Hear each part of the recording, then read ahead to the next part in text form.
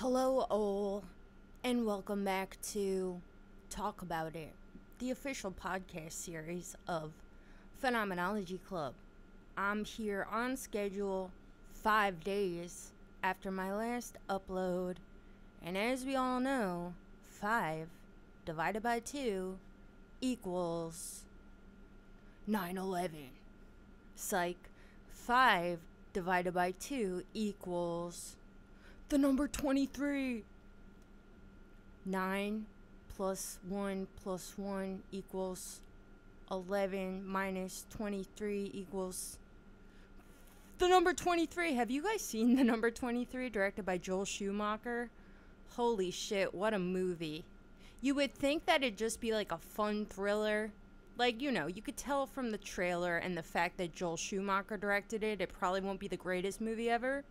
But you expect a good time going into it, right? I mean, Jim Carrey, some guy obsessing over the number 23 and seeing it everywhere, and some like Da Vinci Code National Treasure type vibe. But no, that movie is grueling. It's like long and slow and boring. Yeah, Ramona, add it to the watch list. It's just not good. Speaking of good movies, and the title of this upload, 2 plus 2 equals 5, for those of you who don't know, is a statement, I guess you could call it, made popular by George Orwell's famous dystopian novel 1984. And for those of you who haven't seen the film 1984 that was released in the year 1984, directed by Michael Radford, starring John Hurt, it is a beautiful film. I actually just watched it for the first time sometime earlier this year, I forget. And it's just gorgeous. I mean, the landscapes that they chose for this film, gorgeous. I know some of you guys live in the UK where it was shot. I forget exactly where. I actually looked up the place where they shot this film because I was so taken with the landscape that I wanted to know, where the fuck is this place? It's like, look like some like Teletubby land on acid thing, which is one of my favorite aesthetics. There's just so many great shots. Also, the shots that take place in London, I believe, or whatever city they're in. Gorgeous, gorgeous. They filmed it in London, I know. And then they also filmed these rural landscapes, and it's just phenomenal. Phenomenal film. Go check it out. Anyway, I'm sure most of us are familiar with this story, this novel, rather. I honestly can't even remember if I read it. I believe I had to read it in high school, but I don't remember. So that just goes to show you how much I enjoyed this novel if I read it. We had to read, like, I feel like if we read that shit, we read it alongside, like, Fahrenheit 9/11. What's it called? Fahrenheit 9/11, the Osama bin Laden story. Like, we had to read it alongside that kind of a thing, and they all just got jumbled together. Like, I forget which is which. Book burning, dystopian, something, censorship, authoritarianism, fascism, Animal Farm, 9/11. There's just a lot going on. So I can't remember, but I have seen the film, and I do know what it's about. And I know that 2 plus 2 equals 5 is a thing that comes from 1984. I actually can't remember them mentioning that in the film, though, which is interesting. Anyway, won't go there. So let's talk about it. I'm a little late on this topic. I'm not entirely topical. I'm not on time, but who cares? Because what is time anyway, if not like a construct of the human imagination?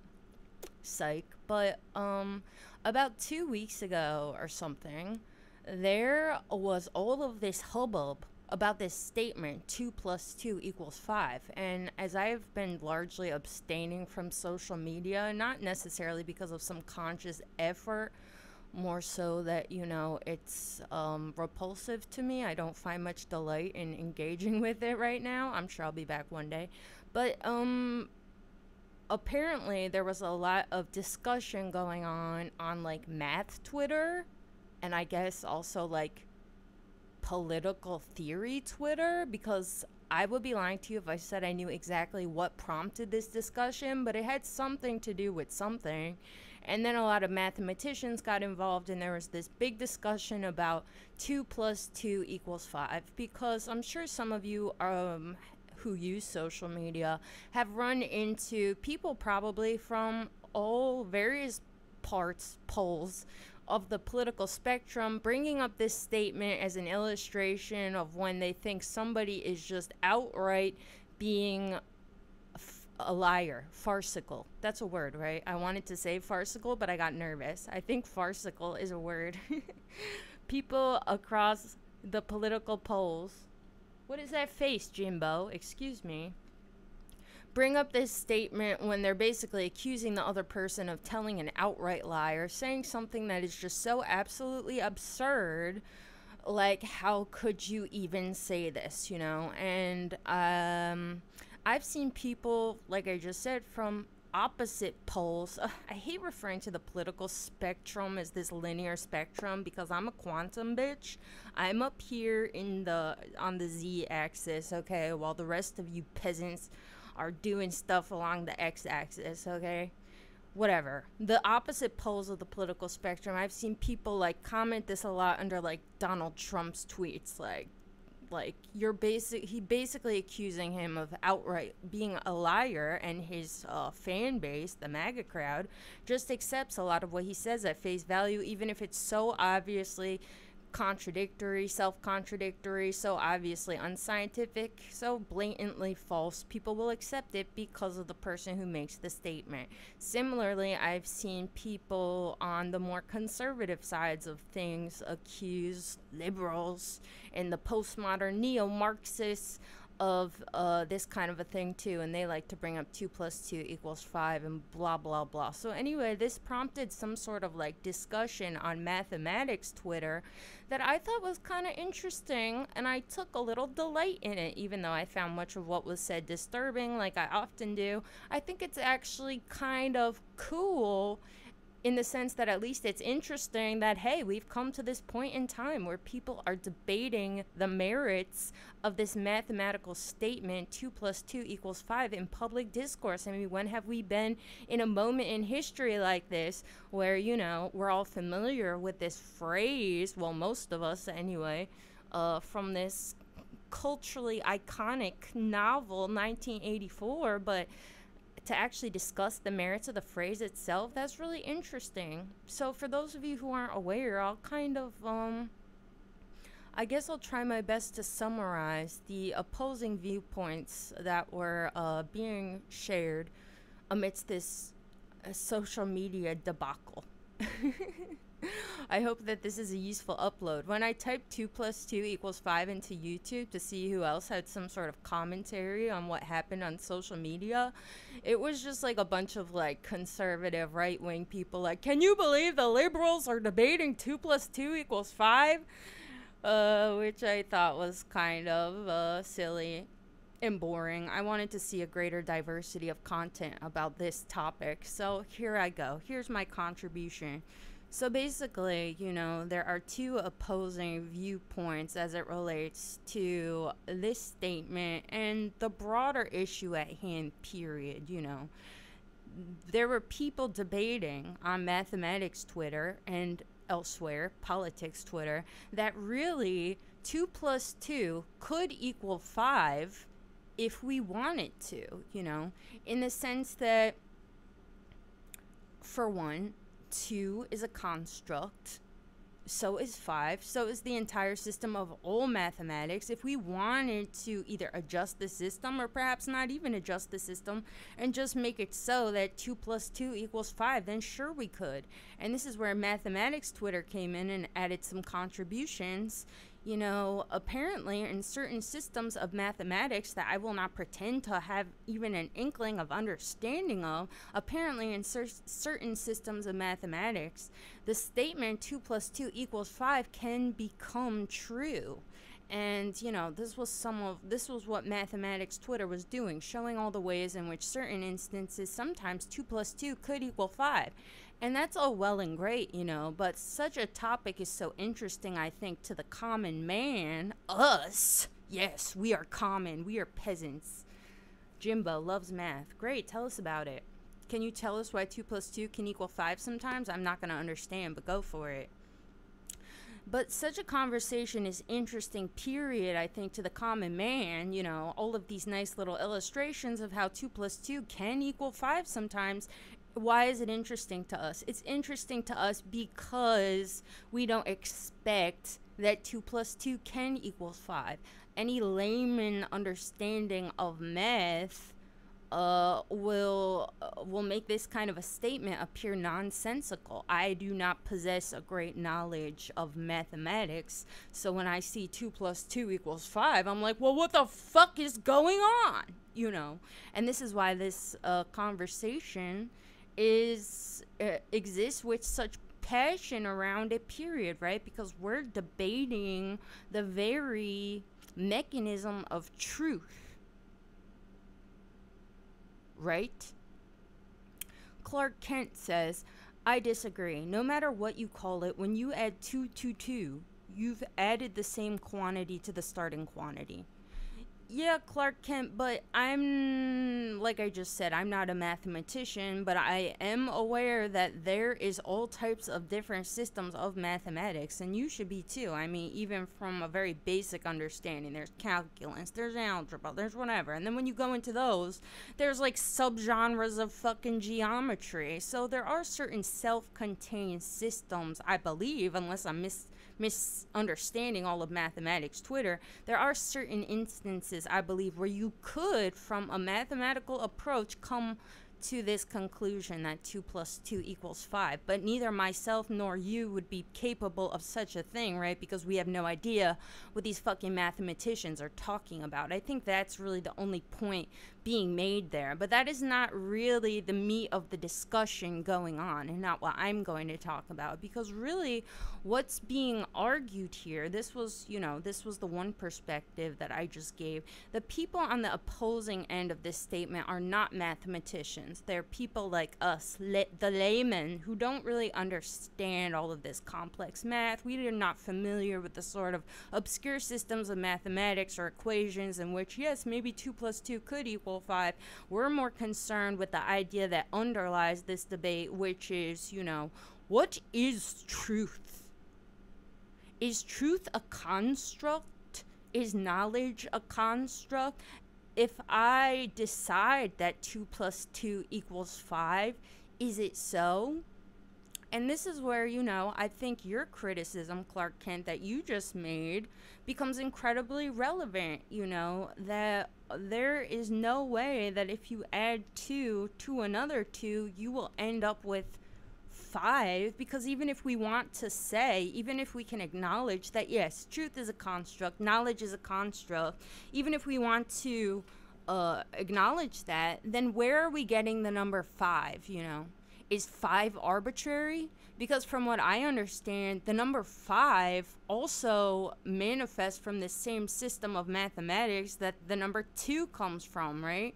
So if we're going to say now that 2 plus 2 does not equal 4, or if this is your argument that 2 plus 2 could not equal 4, if we don't wish it to, then it's like, well, then where are you getting the number 5? And what is the number 2?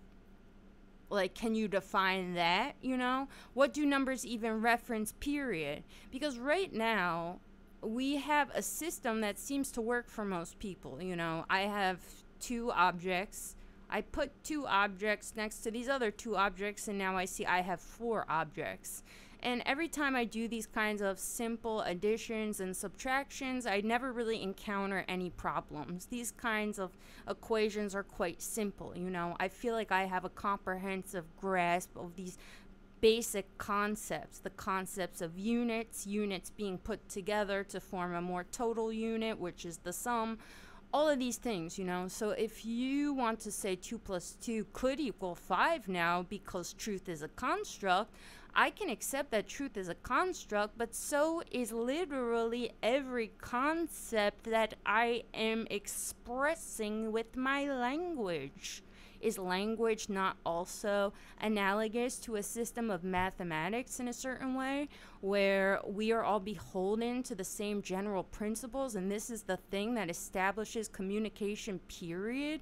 This is something we talked about the other day, this idea that, even if we're speaking the same language, if I decide to veer off the straight and narrow and start using words, maybe words you're familiar with, in a way that I have just chosen to use myself or in a different way, don't we have to at least discuss that so we can be on the same page, you know?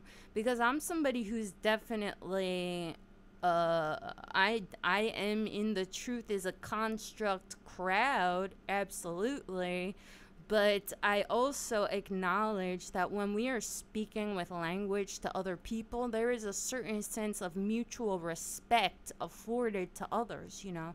I respect that you understand the English language in a way I am also familiar with. So I am going to use it in the way you are familiar with in an effort to communicate with you as efficiently as possible. And oftentimes, anyone who listens to this podcast knows, oftentimes I will encounter a term or a word that I feel is inadequately defined, that I feel is being used improperly, and I will then make an argument for sometimes upwards of a fucking hour. I will make a whole fucking argument for why I think you should agree with me, because I respect you.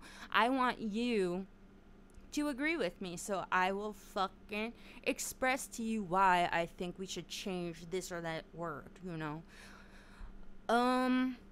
But regardless, I think as this argument was unfolding and continues to unfold, I personally find both perspectives to have many problems, because that is how much of a contrarian I am. I'm so contrarian, I will not agree with anyone. I can't pick a side. No, I am my own side. On the Z-axis, I am floating above everybody else. So contrarian, I'm by myself. Always. So, it's kind of frustrating, especially as it relates to this argument, that the word postmodern has come to be so heavily abused and misused, you know. I hear people just, you know, especially if you look up this argument on Twitter, like, people were just going on and on about this postmodern bullshit and a postmodern blah blah blah, and I feel like people just don't even understand what they're saying. I personally abstain generally from the word postmodern and postmodernism, because I try to only talk about it if we're speaking about philosophy, period. Because what are people saying when they critique something like this argument being made that 2 plus 2 could equal 5 if we make it so, you know? What are they saying? Fuck, I just lost track because I was looking at the comments. God damn it. Hold on, let me take a sip of coffee.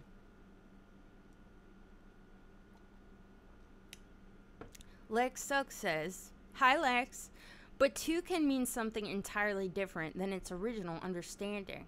So our new understanding of 2 could be 2.5.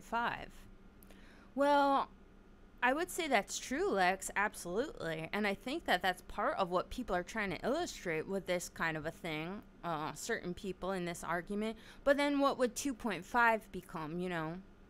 Would that mean then, for example, that we round down? Because that's something we're all familiar with. If I see 2.5 plus 2.5, then why would I round down to 2? And also, if 2 plus 2 equals 5, and now it means if now 2 means 2.5, then does that mean 1 plus 1 equals 3? Like, how are we going to apply this? Because mathematics, like we were just saying, is a self-enclosed system, right? So it's not even that we couldn't easily make 2 now stand for 2.5. That's absolutely true. I think the problem is that as soon as you do that, you realize, wow, every variable of this system of mathematics really requires another one to be in its own perfect place for the entire system to work. As soon as you make such audits and changes, then quickly you see the whole system begin to fucking crumble, you know? Like, how would you feel if it was announced by the president of math tomorrow, hey everybody, 2 plus 2 now equals 5. Like, what kinds of questions would arise? Ones like the ones you just said, you know, okay, so what? Does that mean 2 plus Does that mean 2 now is 2.5? Like, I need to know how this affects everything else, you know? Like, what is 5 plus 5 now? Like, are we getting rid of decibels? Are we rounding down? If 2 point, like, if what's 2.6 now? Can I write 2.5? What if I'm trying to express simply 2 then? Like, if 2 is now 2.5, how do I express 2? You know what I'm saying? Like, so what are we gonna do about all of this, you know? But this is all relevant to this broader discussion that I'm trying to bring it back into and failing at doing because I need to take a sip of my coffee. Hold on.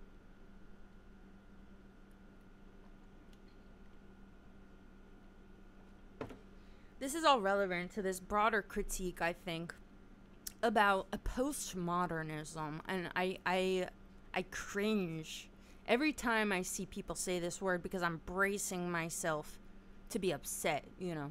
People want to be like, oh, this postmodern thinking, right? 2 plus 2 equals 5. They want to tear down truth and all this and shit. And it's like, my number one critique of this kind of an attitude would firstly, I think, be, why are you associating this concept with postmodernism, period, you know?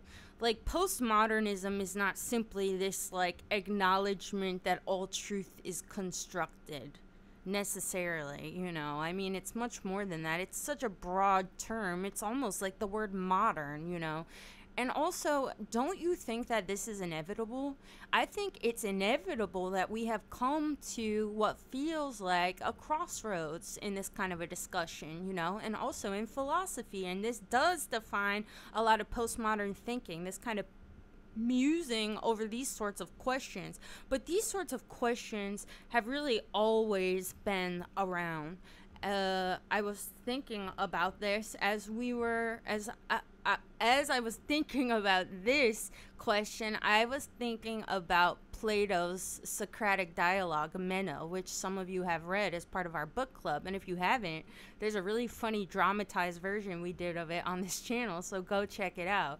And in this Socratic dialogue, Socrates is talking to this dude, Meno, and it basically becomes this sort of epistemological argument about what is virtue, and is virtue in essence its own sort of knowledge, and if it is it learned, is it recollected? You know, ever since ancient philosophers have been philosophizing, there have been questions like, you know, what is truth? How do we come to truth?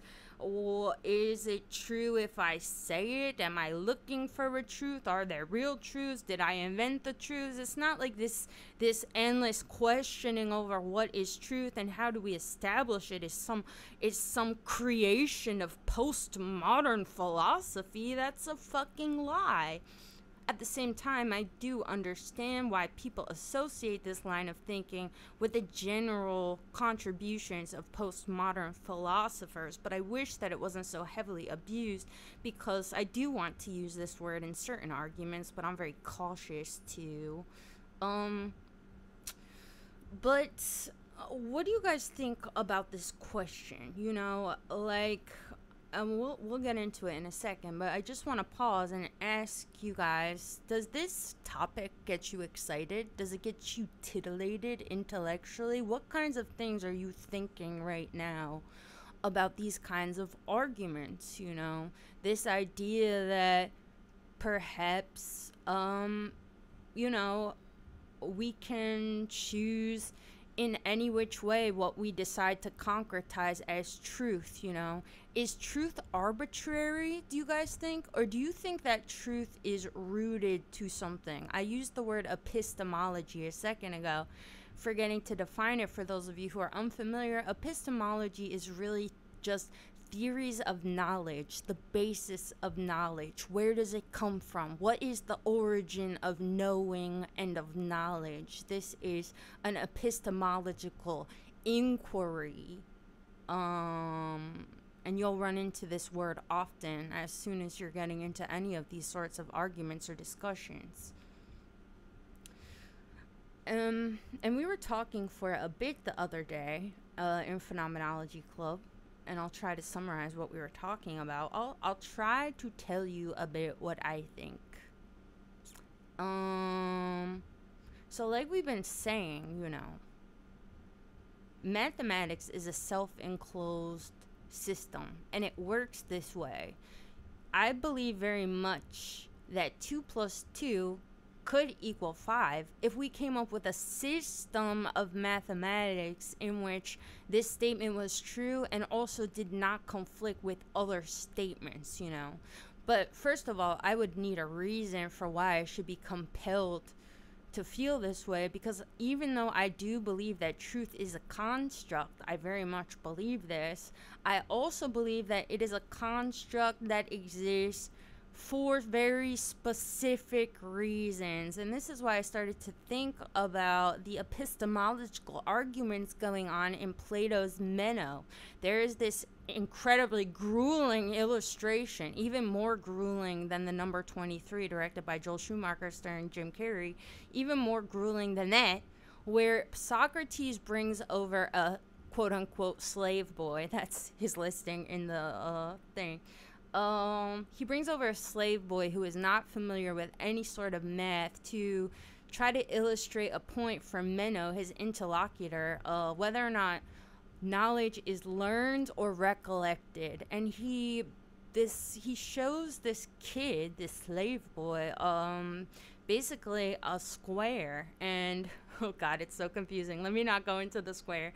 He basically shows him and asks him all these questions about the square, the sides of it, the length, basic concepts like doubling. He shows him all of these things and asks him some basic questions, and it seems pretty quickly that even though this slave boy has no sort of mathematical understanding or knowledge, he is able to grasp these very basic questions based on very basic concepts he's already familiar with, like questions of scale, proportion, doubling something in size. And very quickly it seems as if he actually does have some sort of basic geometric understanding of things, And I think part of the point being illustrated and why this is relevant to an epistemological inquiry into what is knowledge and do we possess any at baseline, this kind of a thing can be talked about when it comes to the 2 plus 2 thing as well. Because, we like to say that mathematics is a quantitative system. It deals in quantities, not qualities. And I think that I understand why we say this, but I do think it's important to think about how at baseline, even an understanding of mathematics is essentially qualitative. And this is a very phenomenological concept because myself as a phenomenology enthusiast believes very much that all knowledge is empirical. All knowledge is given to us by way of what we observe in the world. And even a concept like the number 1 is at baseline, at its most abstract, at its experienced, is experienced in the sense that why can I even feel as if I can pick up a singular object and hold one, What is this concept of autonomy and singularity that we have created to think about objects in our external reality? If you have an object in your immediate area, please pick it up. Pick it up and think about how you feel as if you are holding a singular object with its own specific, rigidly defined boundaries and contours that cannot be penetrated. What separates this object from everything else in my external phenomena? Why do I feel as if objects have their own distinct autonomy, When you look at a painting, you see a painting, right? And when asked, you can say, okay, there's a tree in the painting, there's a chair in the painting.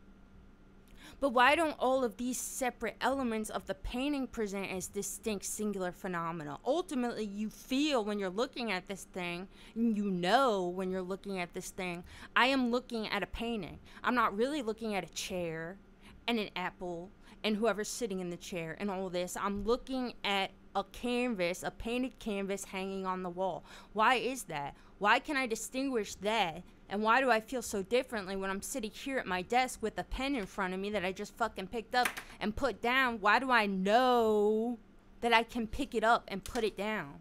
Why do I feel, even before I know I can pick it up and put it down, that I can pick it up and put it down, which prompts me to do so? Are you following me? The very feeling that there are distinct separate objects in your general phenomena is a thing that is rooted in your very own human physiology. And these sort of basic concepts of distinguishing singular phenomenon as separate from others, other objects, this underlies systems like mathematics. I was just going to say something else, but I forgot. Are you following me though? The concept of one, the concept of there being a singular unit, is a thing that is ultimately at baseline experienced. So based on this line of reasoning, one could very well make the argument that even mathematics at its most baseline, at its most abstract, is qualitative in a certain regards, you know. But this is where language becomes very troublesome and very tricky, you know. Because then if that's true, if everything is ultimately qualitative because everything is at baseline experience, then what is the usefulness of such a word? And what is the usefulness of a word like quantitative, you know? I think once we enter this general sphere then to talk about things that are quantitative versus things that are qualitative, there's a general utility for why we do this, and that's why we do this, and why we say systems of mathematics are more quantitative, and then other concepts such as whether or not a thing is beautiful, whether or not a thing is ugly, whether or not a thing is stupid. These things are qualitative. There's definitely a great utility to having this sort of a distinction, but it is also important to recognize that in the broadest sense, nothing is not experienced, and even mathematics, the most analytical, cold, sterile systems of logic we come up with to try to categorize elements in the external world, even these systems are at baseline based on qualitative variables. It's important. So to go back to this 2 + 2 = 5 thing, if you wanted to tell me that 2 + 2 now equals 5, I would be absolutely open to hearing your arguments, but I'm going to need to hear some arguments, because just because truth is a construct does not mean that the way we construct the truth is arbitrary. It is predicated on variables. Not only these qualitative variables that exist in our existing phenomena and our experience of everything, but also it's also based on the variables of all of the other variables that exist already. Because just as we were trying to hypothesize into, okay, let's say 2 now equals 2.5, then we start to ask questions about everything else. Does plus then mean the same thing? Is 1 the same thing? What's affected by this? Is it only the number 2? We need to know, because there's already this entire constructed system around it, so we need to know that it fits and it works so that the entire system doesn't collapse. You know what I'm saying? Dylan posted something and deleted it. What do you guys think about all of this? And this can also be, I think, tied to broader arguments about things like concepts like objectivity itself, you know. We can all recognize, I think, listeners are just dropping like flies. They're like, bitch, can't you like rant about like something more accessible? I'm sorry, guys. I'm sorry, I'm feeling excited by these questions. The concept of objectivity itself, you know, we talk about this a lot. What is objectivity? I think we can all say, for similar reasons to the argument I was just making, we all know that there is no real such thing as true objectivity, because what is objectivity supposed to be? The way a thing really is? But how can a thing really be anything if a thing only is because we experience it. I'm gonna lose people.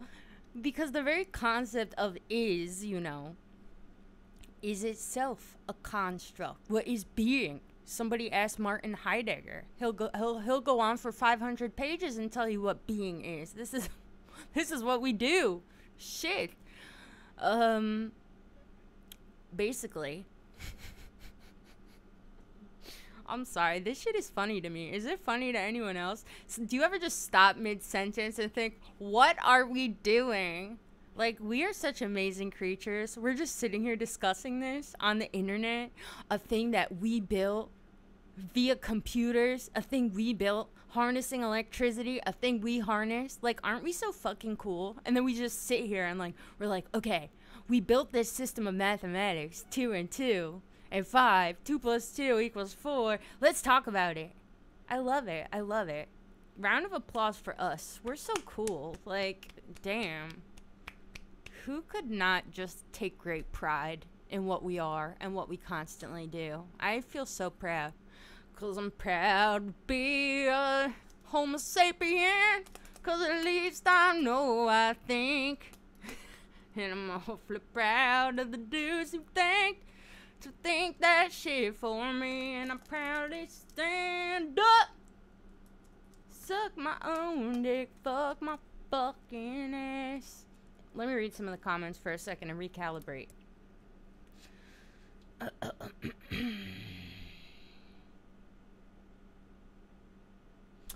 Clark says, a YouTuber I watched asked us if we think meth is discovered or invented, and that was pretty interesting to consider. It's definitely interesting to consider, and I think all of this requires maybe some sort of a dialectical approach, and maybe this is why Hegel keeps me up at night still, because I think he's right. We need more quantum philosophies. We need to accept that we have constructed a very binary system of truth, not to use a buzzword, but it's true, In binary systems of computing, there are zeros and there are ones, and that's it. A 0 or a 1. Pick one, bitch. Is it true? Is it false, But what about the question of what is truth contingent on, period? Truths are only contingent on falsehoods, right? There wouldn't be a truth unless there is something that is not the truth, right? There is a tree. The example Hegel gives in the intro to Phenomenology of Spirit. There is a tree. Is this a true statement? Why is it a true statement? Because there's a possibility in which there is not a tree. There is a tree is only a true statement because there is such thing as there being no tree. This piece of paper. What is this piece of paper? And what is this? What is this? What is this? Is this a temporal concept? Can there ever be a now? What is now? Now. There's some sort of famous comedy about this. Good, I see you applauding us. Good. But what was I just gonna say? The other day we had a call-in session about ghosts and shit, and I got into a little bit of a nerdy discussion with one of the callers. I forget his name. That was really fun, where we were talking about moral relativity, and this is something that I think becomes relevant in this kind of an argument. Questions of, well, what does relativity mean and what does subjectivity mean? And perhaps we need to make a stronger distinction between these two words, because when we have these kinds of conversations about whether or not truth is constructed, truth is discovered, truth exists a priori and we must uncover it, or there is no inherent truth, we must create it, oftentimes we hear the word relativity thrown around. Relativism. You're a truth relativist or a moral relativist, and relativity is garbage and yada yada. But oftentimes when these people are saying these sorts of things, you listen to what they're saying, and I believe the word they're really looking for is subjective. If relative simply means all that is relevant to myself, then what is the usefulness of a word like subjective? What is the difference between these two terms? I'm somebody who likes to use this word relative distinctly different from the word distinctly differently from the word subjective, because when I use the word relative, I like the word relative because it presupposes that it is relative to something, you know. And people often use this word to make it seem like when they use the word relative, they're using it to mean relative to myself. They say people who believe that morality is arbitrary and every culture has its own morality and that's what's right for them, they call these people moral relativists. But what is their morality relative to if not to themselves? And if we're talking about a concept being relative to nothing but yourself, isn't that what the word subjective exists for? So I think that relative is a useful concept to think about here, because when it comes to truth, you know, I do think that truth is relative. It's relative to something. I don't think truth is subjective, because truth itself is a concept that has been externalized and only actualized through common use of it. I'm only familiar with this concept truth because ever since I was a little girl in New Jersey, I heard other people saying this word truth. I would have no familiarity with such a concept of truth if it wasn't introduced to me with language. My understanding of truth exists relative to everyone else's understanding of truth. I think it was a thing that was created by human people and serves a purpose, and I appreciate its purpose, you know. So I do not believe that truth is subjective at all, but I do believe that it is relative to something. Not only to something, but to many things. For one, it's all rooted in the experience of being human, you know. And this is something to speak of Hegel. Hegel also speaks of this when he talks about constructing language. Why is it that all of our language seems to be very descriptive of the human experience? This piece of paper is white to my eyes. It is anything because I experience it. You know what I'm saying? Like, why would this paper be anything? This paper only is something because I'm saying, look, this paper is what? Something that is relevant to me as a human experiencing it. It's white, it's hard, it's this or that. Is that true to the ant experiencing it? No. To an ant might not even recognize that it's a fucking flimsy thing. Maybe it seems much more concrete and real to the ant and huge, and they don't even know where the edge of it is. Or some sort of fucking amoeba. I don't fucking know. All of our language describes at baseline qualitative properties of the human experience. So I think that all truth is relative, for one, to this reality. It's relative to the fact that all concepts are things that are at baseline qualitative, even things like mathematics.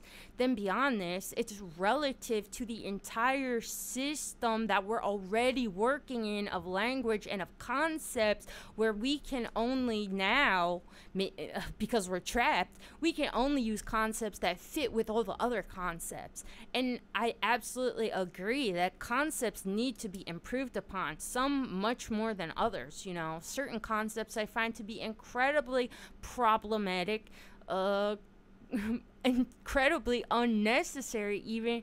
I'm somebody who is constantly criticizing the structure of language itself. I don't even feel comfortable with the verb to be or is, which is why we should all be practicing E prime, you know. So I'm absolutely of the mindset that truth needs to be improved upon, but that's because I think truth can be improved upon, and the reason it can be improved upon and concepts can be improved upon is because I do think that all of this understanding is relative to real criteria that we can actually articulate as humans. And this is why, to go back to however many minutes ago now, I said that I think both sides have a bit of a problem, you know. I think the one side that's constantly crying about postmodernism and neo-Marxists and nothing is true and yada yada, we need these concepts, they tend to be more, I guess you could call them modernists, in the sense that a lot of them seem to believe that things are in actuality true, which is something I absolutely don't believe. On the other hand, you have people who seem to believe that truth is completely arbitrarily constructed, and they remind me of these people that other people criticize as being moral relativists, where, well, if it works for you, it works. No, bitch, that's not true. It's not true. Because like we also said, or I said when I began this upload, language affords, or what is required to use language is a certain sense of mutual respect. You know, I respect that we are going to use this system in the way that it has demonstrated having utility for. You know, you can't just go around changing concepts and expect me to follow you. Even if I agree with you, there's all types of things to talk about. You know, how are we going to implement these change? What other concepts does this influence? Things like this, you know, absolutely important. But I don't believe either way, and this is why I said I don't agree with these people either, even though we seem to agree truth is a construct. I don't believe that there is no criteria and that this entire process is arbitrary. I believe that there is very real criteria for how and why we do this sort of thing. So if we want to improve language, which I do, we want to improve concepts, we want to improve mathematics and all the natural sciences, which I do, that we need to be hyper-focused, in my opinion, on the underlying criteria for how we are making such decisions. And this is something we talked about when we were talking about democracy. Everything that is important that can be talked about is found in the process. And this is why we obsess over epistemological arguments such as, is math a thing that has any sort of basis in external reality, or is it entirely a construct of the human imagination that just happens to be useful? This is why we obsess over these things, because as soon as we can articulate the best way, the most useful way, the most consistent way to create a quantitative system describing qualitative properties, the better suited we will be if we want to improve all of concepts and all of language, okay? Well, that's fucking it. God damn. Lex just said, are we ready to have the language is math conversation? Are we? Yes, we are. Language, is it math? Because the members of Phenomenology Club were making fun of me for my chart making enthusiasm. And I said that all sentences are basically already charts. They're linear charts. Am I wrong? What is a sentence if not a visual representation, or when it's spoken, a sonic presentation of some sort of logical schema in a certain order? If I just start saying words out of order, you will have no idea saying what is. So, can't say is basically schema, chart, order. Right? You have to follow everything in a certain fucking order, like a fucking chart, for it to fucking work, okay? So don't make fun of me. And the same will be true of math. You gotta say that shit, and language. You gotta say that shit in order, okay? God damn it. It's not a crazy concept. But to go back to what Clark Kent said earlier, you know, there's an entire school of philosophy, a very recent school of philosophy, called logical positivism, which I'm sure some of you are familiar with, you know, hailing greats such as Bertrand Russell, and it gets into all types of weird shit, you know. There's certain philosophers who write about how they think that mathematics is essentially a more pure form of logical arguments, and that we can improve our logical philosophies, our conceptual philosophies, by looking to mathematics and basically mirroring our language after principles of mathematics, you know, which gets into logic. Logic is kind of this, mapping out how even concepts like the ones we're talking in now are mathematic in a sense. There's a lot of things to talk about there. As far as that question that YouTuber posed, Clark Kent, I wonder who it is, by the way. Please tell us, because I'm curious. What was I gonna say? I don't think that math is a thing that we are discovering. And I think that that's important to think about, especially if you are someone that is given to fantasies as they relate to, like, numerology and all of these other fun Da Vinci Code type National Treasure number 23 things. I think it's something to think about because, you know, even though, like I just said a moment ago, I do believe that even the concepts that underlie mathematics are rooted in the real world and our experience of it. This is all I believe they are rooted in, you know. I don't think that we are uncovering anything when we create the number one. Absolutely not. I think we are describing our experience of there being singular objects. We feel as if there are singular, separate objects distinguishable in our phenomena. If anyone has any questions, comments, please type them now because I want to wrap this up. And try to summarize this one concept that I think we should all be thinking about and is important. Something that I've said many times is that part of the reason I feel we get so caught up in circles and the history of Western philosophy itself is incredibly cyclical is because the very language we use is constantly interpolating between the immediate and the universal. And that is why statements such as Socrates' famous statement, "I know that I know nothing," I think is very illustrative of this kind of a problem, you know. Why can we grasp this sentence? Shouldn't such sentences be impossible? How can you know that you know nothing?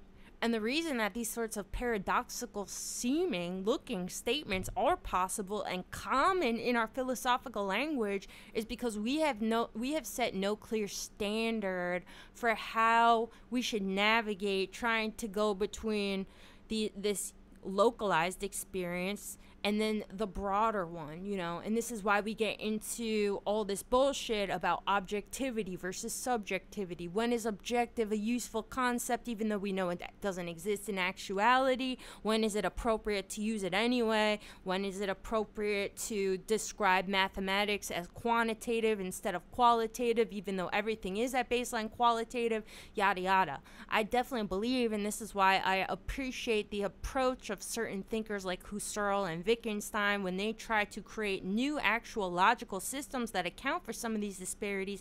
I think that it's a great problem that we're constantly going back and forth between I know in my local immediate experience that I know in the most universal sense nothing. This is a problem. We can't continue this way. My brothers, my sisters, we cannot, lest we fall and be given to confusion and death. We can just keep going in this circle for fucking ever. We can't. We have to pick one, essentially. Or if we're going to use both, if we're going to constantly be going between these opposing perspectives, we need to fucking create some fucking standards, at least. I shouldn't be able to say, I know that I know nothing. Because even though it's a beautiful statement, it's poetic, I love it, put it on a fucking coffee mug, thank you Socrates, rest in peace, it doesn't get us anywhere. We can't be making these kinds of statements in our philosophies. Where are we gonna go? Where are we gonna fucking end up? This is the same kind of problem inherent to all of these questions, talking about qualitative versus quantitative, subjective versus objective. There's no true objectivity, right?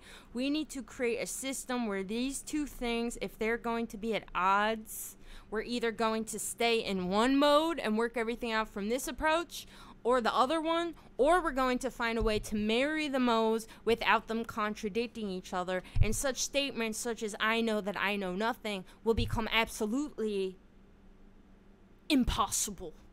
But for now, when we're speaking in language to other people, I think that you can just kind of ditch the entire concept of subjectivity.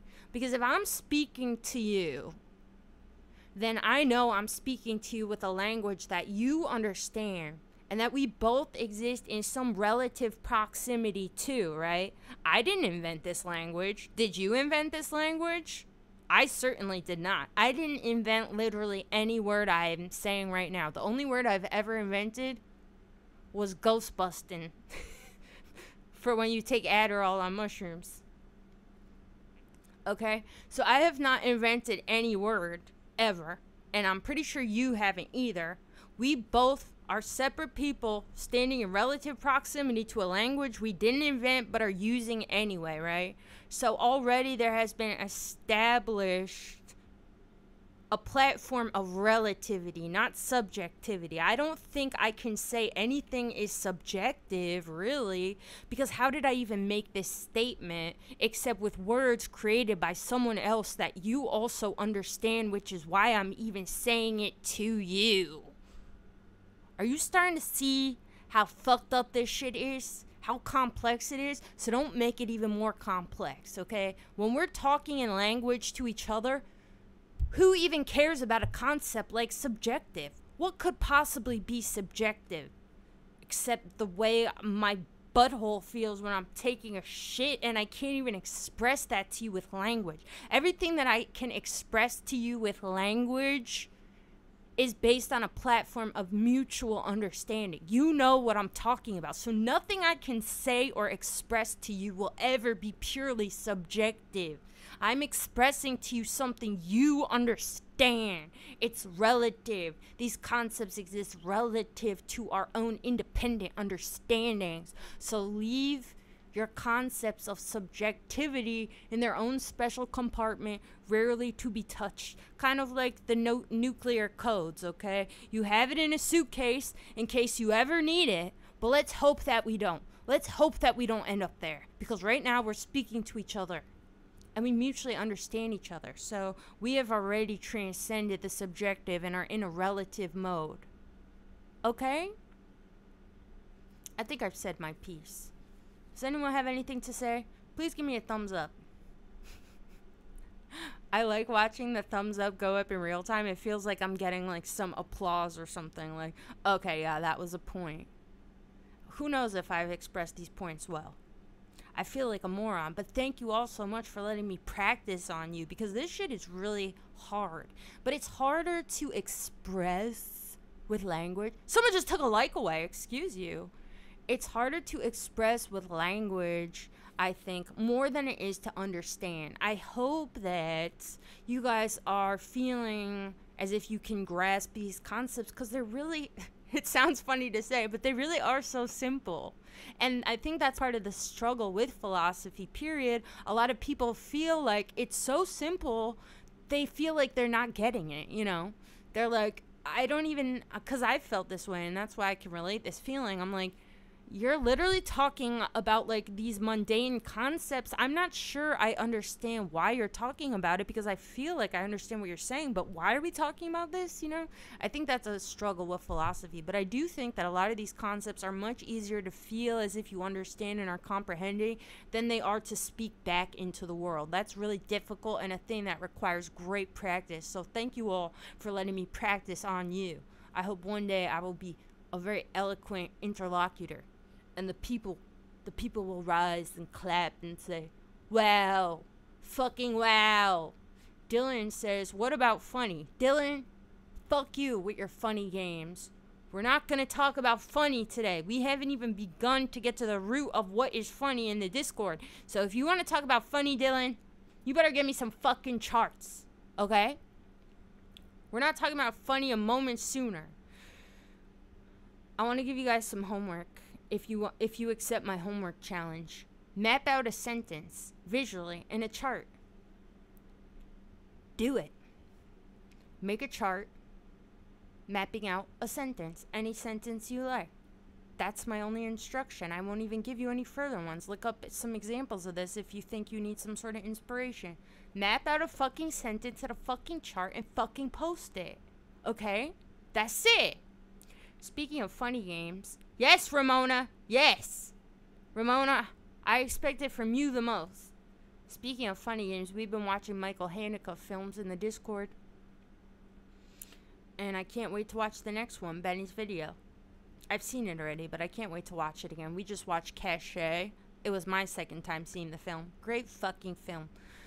Wow, amazing film. And he directed it when he was like 62. Can you believe it? I love that. I love seeing older people accomplish great things because there's great stigma around this. Like, oh, I'm going to get old and stupid. Like, Michael Haneke is out here making some of the edgiest fucking art ever.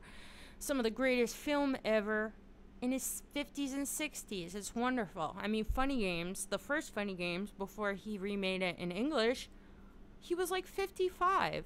And that movie is punk as fuck. I love it. You gotta preserve that edge. And when you watch interviews with him, he doesn't even seem edgy. He seems very nice. He says he doesn't like violence. It bothers him. He grew up on a farm or something. Doesn't like blood. So maybe that's the secret. You become so soft you get an edge. Anyway, one more time, I'll appeal to you. Please give me a thumbs up. I'm desperate. I need it. I'm gonna get out of here. Gonna upload this to Spotify. And I think next time, perhaps, we will discuss sentience. Because I want to. I've been thinking about it a lot. What is sentience? How do we define it? Maybe think on that, too, as you're mapping out your chart. Those two things are your homework. Think about sentience. What the fuck do you think it is? And map out that motherfucking sentence. And with that, I wish you good night.